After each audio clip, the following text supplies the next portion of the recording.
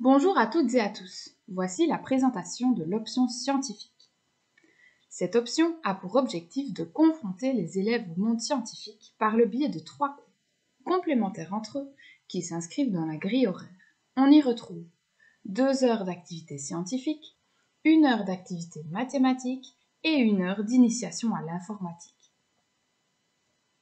Comme cela a été dit précédemment, les cours d'activité mathématique et d'initiation à l'informatique viennent, de manière complémentaire, soutenir les notions abordées au cours d'activité scientifique. Le cours d'activité scientifique permet de développer, comme le nom le laisse sous-entendre, l'esprit scientifique des élèves. Les cours théoriques, présents dans la grille commune, serviront de base de travail afin de réaliser, entre autres, des manipulations. Les élèves auront également l'opportunité de travailler en petits groupes afin de confronter leurs idées et développer leur esprit critique. Le cours d'activité scientifique est un cours durant lequel les élèves pourront expérimenter en classe grâce au large panel de matériel que dispose l'école, mais également un cours durant lequel les élèves pourront profiter du cadre boisé dans lequel l'Athénée s'inscrit afin d'observer et analyser la faune et la flore qui y résident. Attention cependant, nous attirons votre attention sur le fait que ce cours n'est pas un cours de rattrapage. Il est important également de bien comprendre que le cours d'activité scientifique ne doit pas obligatoirement être pris dès la première secondaire. En effet, il peut être choisi entre la première et la deuxième si le premier choix d'option s'avère ne pas être le bon. Si l'élève souhaite suivre l'option sciences générales à partir de la troisième secondaire, c'est-à-dire 5 heures de sciences par semaine, mais qu'il ou elle n'a pas choisi l'option scientifique au premier degré, il n'y a aucun souci à se faire. En effet, le cours d'activité scientifique proposé en première et deuxième secondaire n'est en aucun cas un prérequis, ni pour les cours de sciences générales et ni pour l'option laboratoire de troisième. Autre information intéressante, en troisième secondaire, l'élève peut suivre l'option sciences générales avec ou sans le cours de l'amont.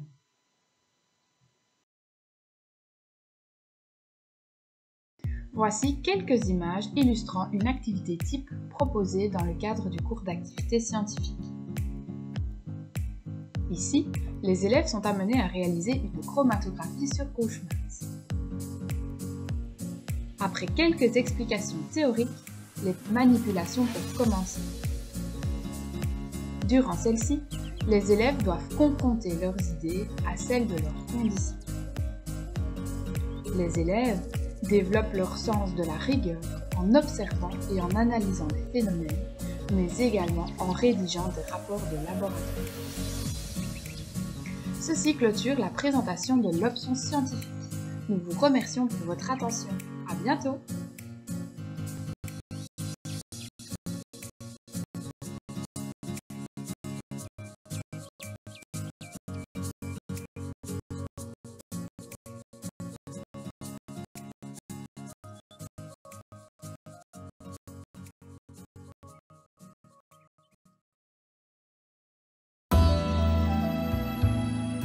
Bonjour, je suis Madame Clavier, professeure de latin à l'Air Pur de Sorin. Voici les 10 bonnes raisons de choisir la grille latine dès la première année.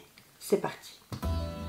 Tu as de la chance, à l'Air Pur de Sorin, on te propose de suivre un cours de 4 heures par semaine, et cela dès la première année. La formation latine, c'est une excellente formation de base, et tu pourras par la suite choisir toutes les orientations possibles, aussi bien des sciences que des maths ou des maths fortes, des sciences économiques, des sciences sociales, du grec ancien, tout est possible pour toi. Commencer le latin, c'est se lancer dans une nouvelle aventure. En première année, personne n'a jamais fait de latin. Vous êtes donc tous sur le même pied d'égalité. Ça, c'est rassurant. Pas de stress, il s'agit d'une activité, et donc, imaginons que tu n'aimes pas, parce que tout peut arriver, eh bien, par la suite, tu pourras évidemment changer de grille. Les cours de latin sont passionnants. Étudier le latin, c'est varié. Évidemment, au début, tu vas apprendre à lire. C'est facile et assez amusant. Oculus reparo. Allo mora. Venez. Wingardium Leviosa. Ensuite, on étudiera du vocabulaire. Et de là, tu comprendras l'origine d'énormément de mots français. Familia, familiae féminin, la famille. Pater, patris masculin, le père. Mater, matrice féminin, la mère. On va faire de la grammaire, il faut bien passer par là. Mais surtout, nous allons traduire des phrases et plus tard des textes. Et on va travailler comme le feraient des petits archéologues qui ont découvert des textes très anciens. Et nous allons réussir à déchiffrer tous ces petits textes. En latin, Jéhovah commence par un I. Enfin, il y aura la part belle à la civilisation. C'est certainement la partie la plus appréciée des élèves. Et de là, nous allons parler d'énormément de sujets. Par exemple, nous allons aborder les dieux grecs et romains. Nous raconterons la naissance de Rome avec Romulus et Rémus. Nous parlerons de Jules César, ses combats, mais aussi ses amours avec la belle Cléopâtre. Oui, ça date pas d'hier. Hein. Nous aborderons la guerre de Troie avec Achille, Hector, le fameux cheval de Troie imaginé par le rusé Ulysse. Puis on pourra parler aussi des gladiateurs, de l'esclavage à Rome et encore de plein d'autres sujets. Grâce au latin, tu vas améliorer ton français.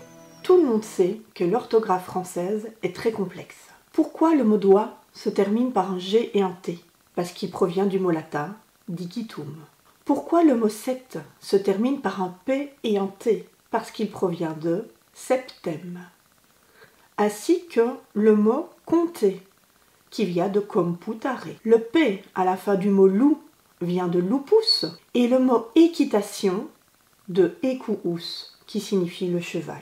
Grâce au latin, tu vas faire d'énormes progrès en dictée. Le cours de latin permet d'augmenter sa culture générale.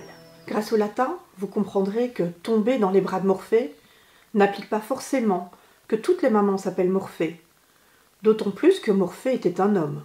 Vous comprendrez d'où provient l'expression « toucher le pactole » et saurez qu'être médusé ne signifie pas être transformé en méduse. Pourquoi parle-t-on d'un dédale de couloir? Et comment se fait-il que votre point faible soit votre talon d'Achille? Quelle était la fameuse formation en tortue des légionnaires romains?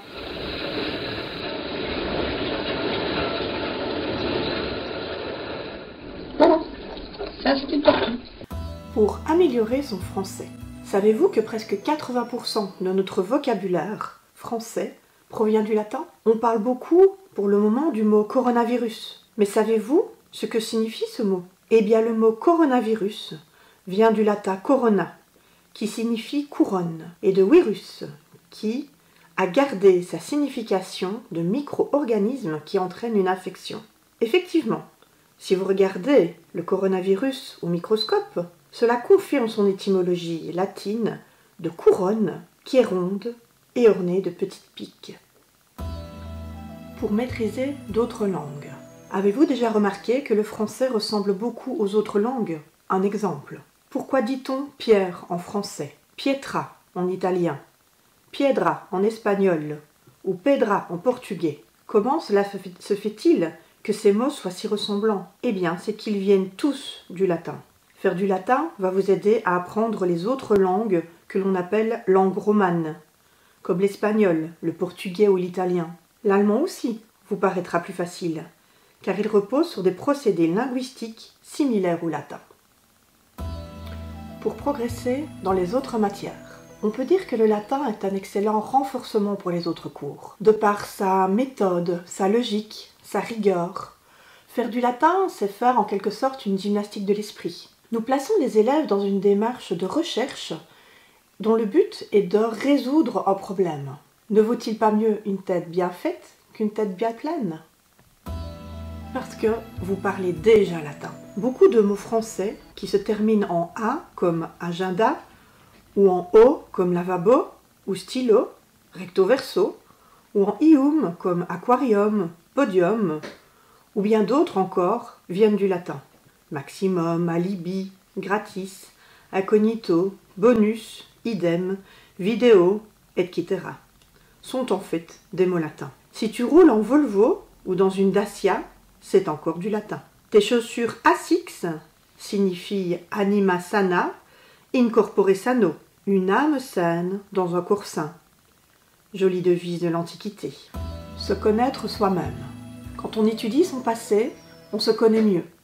C'est important de connaître ses origines pour trouver ses repères, ne pas commettre les erreurs d'autrefois. Bref, le latin, c'est pour toi, c'est pour tous, et à l'année prochaine.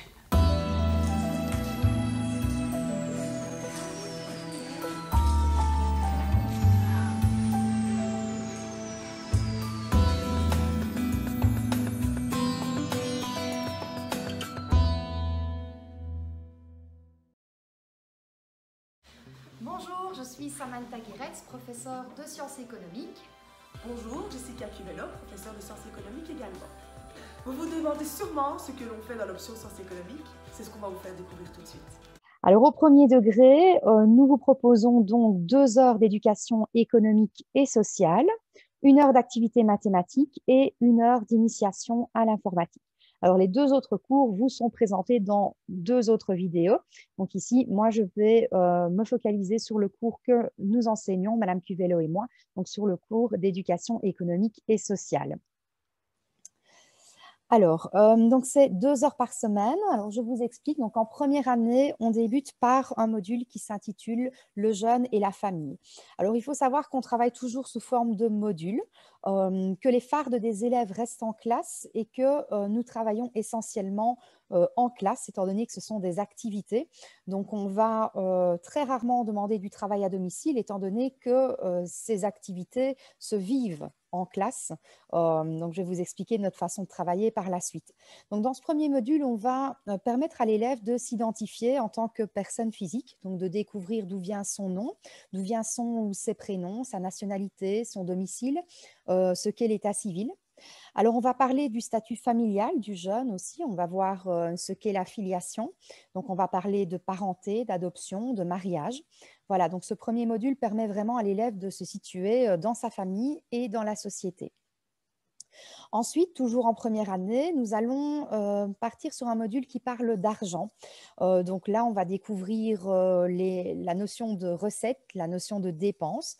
On va apprendre aux élèves à calculer un budget avec des petits exercices ludiques, avec par exemple une famille qui a un budget à gérer. Et alors, les élèves vont devoir classer les recettes, les dépenses et comprendre notamment la notion de budget, la notion d'épargne. Voilà, donc ce sont des thèmes qui sont très importants pour sa vie future, évidemment. Alors, toujours en première année, on va parler aussi de l'entreprise, qui est un acteur très important dans notre société. Donc, on utilise la BD Boule et Bill qui est très bien faite. Maintenant, nous avons une BD qui est un petit peu plus actuelle, donc Antoine et Laura. Alors, ces 2 BD nous permettent de voir différentes notions telles que eh bien, les différents buts de l'entreprise, les moyens d'action dont elle dispose, son organisation. On voit des petites notions comme le prix de revient aussi, le prix de vente. Et à cet effet, donc, pour voir ces notions-là, on réalise une petite activité en classe. Donc, bien souvent, on fait des crêpes. Pourquoi? Parce qu'on imagine qu'on est une petite entreprise qui fait des crêpes. Et donc, j'arrive avec le ticket de caisse et alors je leur propose de calculer à combien cela nous revient de faire les crêpes, à combien est-ce qu'on pourrait les vendre et ça me permet de voir aussi la notion de bénéfice, la notion de perte. Voilà. Alors, on voit aussi évidemment le rôle social de l'entreprise. Alors, en deuxième année, le cours continue, toujours à raison de 2 heures par semaine. Et là, on va aborder d'autres thèmes, toujours dans la continuité de ce qui a été fait en première année. Donc, on va parler du jeune en tant qu'acteur économique. Donc, l'élève va pouvoir prendre conscience des notions de besoins, des notions de biens qui permettent de satisfaire ses besoins. Et alors, on va déjà un petit peu parler des différents acteurs de l'économie. Voilà, sans aller trop loin, parce que c'est en troisième que ces notions vont être approfondies. Alors, on va parler du jeune et de la société de consommation. Donc, on va voir des notions d'histoire parce qu'on va voir quelle est l'histoire de notre société de consommation, donc comment la société a évolué dans le temps, ce qu'est la surconsommation aussi. Et évidemment, on va parler de la planète. Voilà, via un projet que je réalise avec les 3e années, le projet Demain. On va parler de la monnaie et de la banque. Donc là aussi, on va parler d'histoire parce qu'on va voir l'histoire de la monnaie, comment on en est arrivé à la monnaie qu'on connaît aujourd'hui, quelles sont les nouvelles monnaies. Donc c'est vraiment un cours qui leur permet de découvrir le monde extérieur et de découvrir ce qui se passera réellement dans leur vie future. Voilà, donc on va voir aussi le rôle de la banque, comment fonctionne une banque, voilà, toujours par des petites activités, hein, donc rien de trop compliqué en première et deuxième année.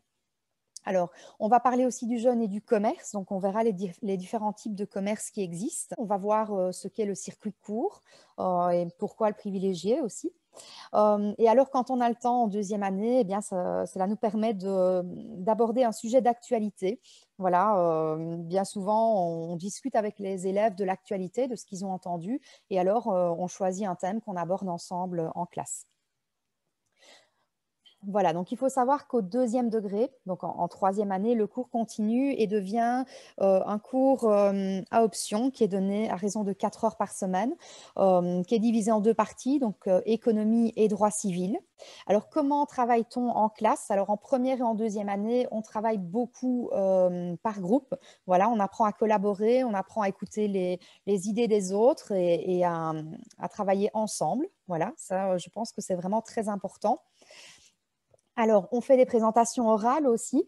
Alors, petit à petit, évidemment, hein, quand on a des élèves qui sont plutôt timides, eh bien, on y va pas à pas, voilà, pour leur permettre d'évoluer et donc d'apprendre à s'exprimer en public, d'apprendre à faire des petites présentations sur certains sujets. Alors, on utilise évidemment les nouvelles technologies. Dans un cours d'économie, ce serait dommage de ne pas le faire. Donc, on utilise les ordinateurs. Donc, on va régulièrement faire des recherches sur Internet. On utilise aussi le traitement de texte. Hein. Quand je leur demande de réaliser un travail, j'aime bien que ce soit fait sur l'ordinateur. Et eh bien, on apprend à découvrir aussi PowerPoint pour réaliser une présentation orale. Voilà.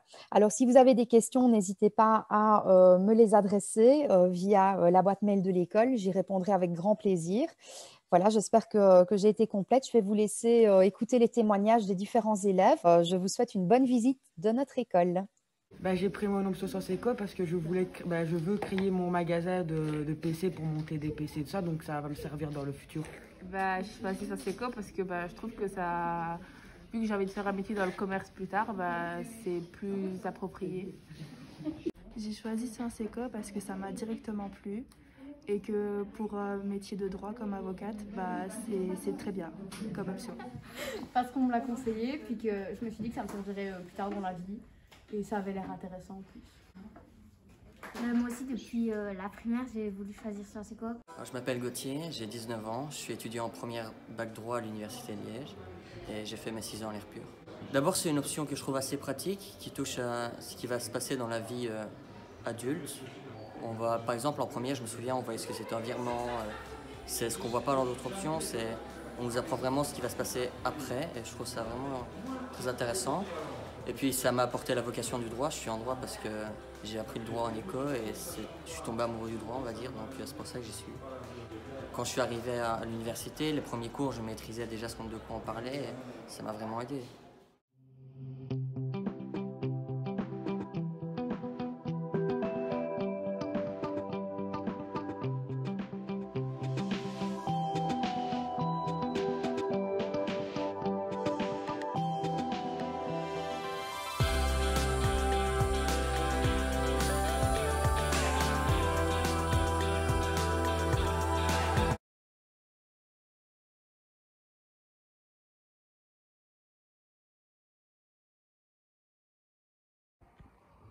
Hallo, ich bin Frau Beaufort und ich unterrichte Deutsch. Goedemorgen, ik ben mevrouw Wekria en ik geef de les Nederlands. Good morning, I'm Mrs. Pullmans. I'm giving English and Dutch lessons. Nous faisons partie de l'équipe de professeurs du premier degré et nous allons présenter les 3 langues parmi lesquelles vous allez pouvoir inscrire votre enfant en première et en deuxième année, c'est-à-dire l'allemand, le néerlandais ou l'anglais. Pourquoi est-il important d'apprendre une langue étrangère? Premièrement, ça vous permet de vous ouvrir au monde et aux autres cultures. Le cerveau bilingue se laisse moins distraire. L'apprentissage des langues étrangères améliore la créativité. Et au jour d'aujourd'hui, dans le monde du travail, il est de plus en plus demandé d'avoir de bonnes connaissances des langues étrangères. Sachez que vous n'êtes en aucun cas obligé de choisir la même langue que celle de primaire. Par exemple, si vous aviez inscrit votre enfant en anglais, vous pouvez très bien choisir le néerlandais ou l'allemand, car nous repartons à zéro. Nous revoyons les chiffres, nous revoyons l'alphabet, nous revoyons la présentation, et donc ce n'est pas un problème si vous décidez de changer de langue. Par contre, le rythme sera beaucoup plus élevé que celui de primaire, et donc il est important que vos enfants étudient régulièrement leur vocabulaire et leur grammaire. Qu'est-ce que ça veut dire étudier son vocabulaire? Ce n'est pas juste lire 2-3 minutes avant d'aller dormir, mais c'est vraiment important de répéter les mots de vocabulaire plusieurs fois à voix haute ou dans sa tête, mais aussi de réécrire les mots, car l'orthographe sera aussi cotée.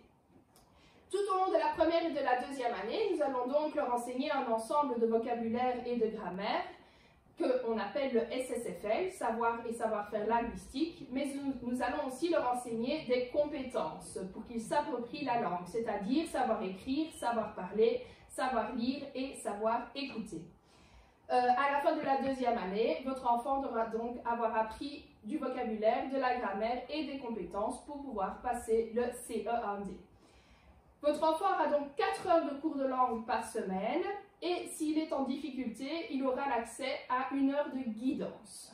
Cette heure de guidance est réservée aux élèves volontaires et en difficulté et non pas aux élèves qui ne travaillent pas car les places sont malheureusement limitées.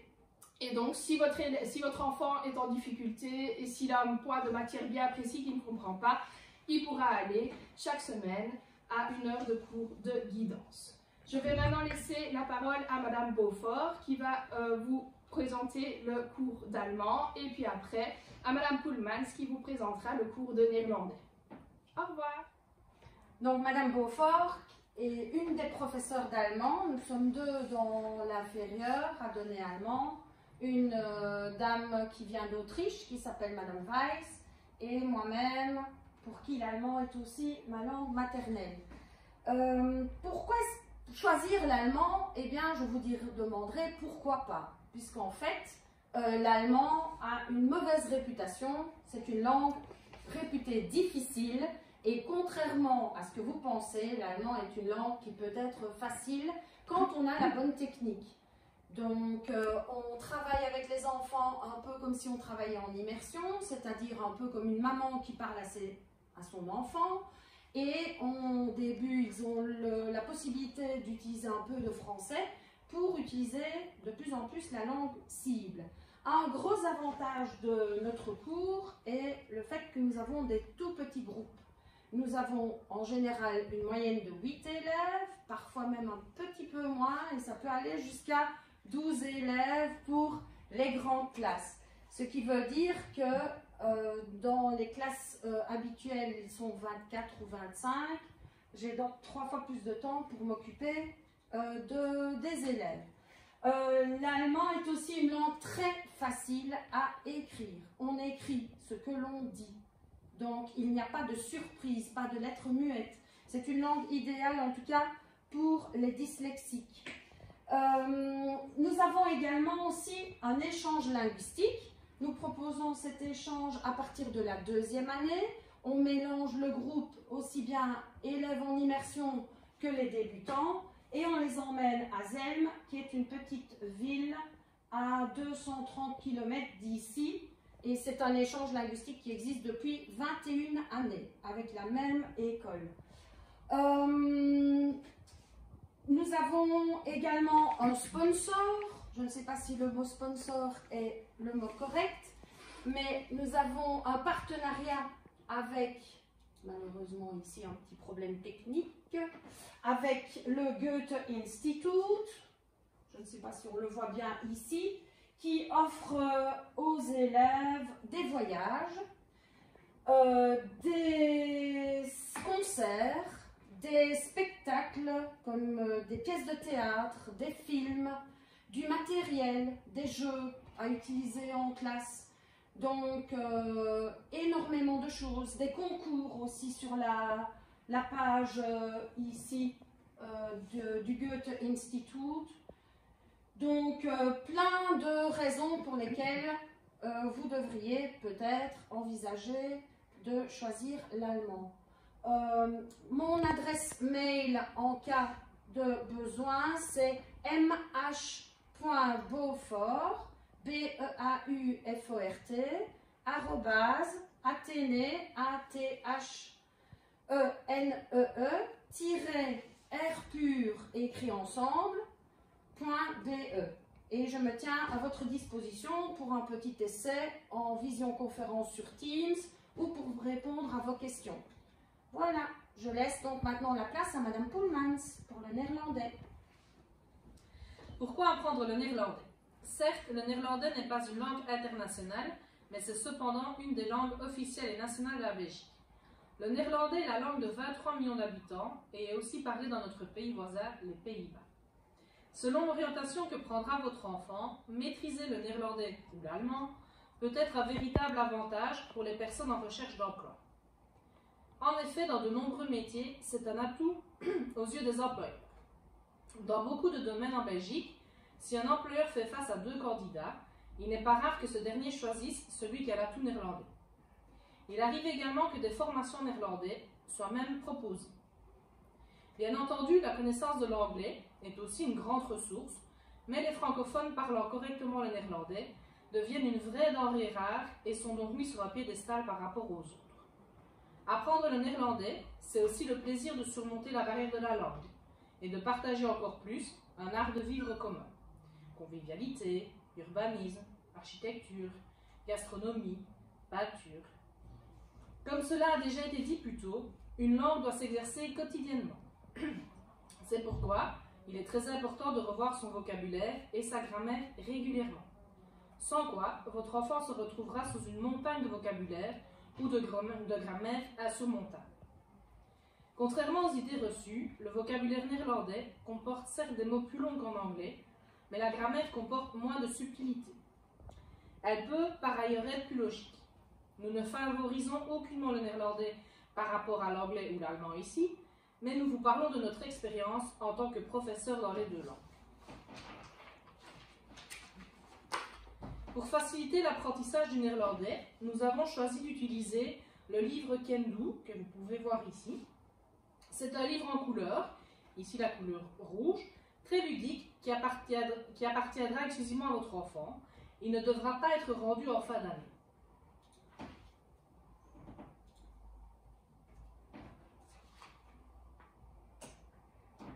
Cela comporte de nombreux points positifs, dont les principaux sont: votre enfant pourra s'approprier le livre, il pourra fluorer ce qui est important, mettre des annotations, etc. Le livre propose de nombreux exercices ludiques qui permettent d'apprendre le vocabulaire et la grammaire, mais aussi d'acquérir les compétences demandées au CEAD, c'est-à-dire savoir parler, écouter, lire et écrire.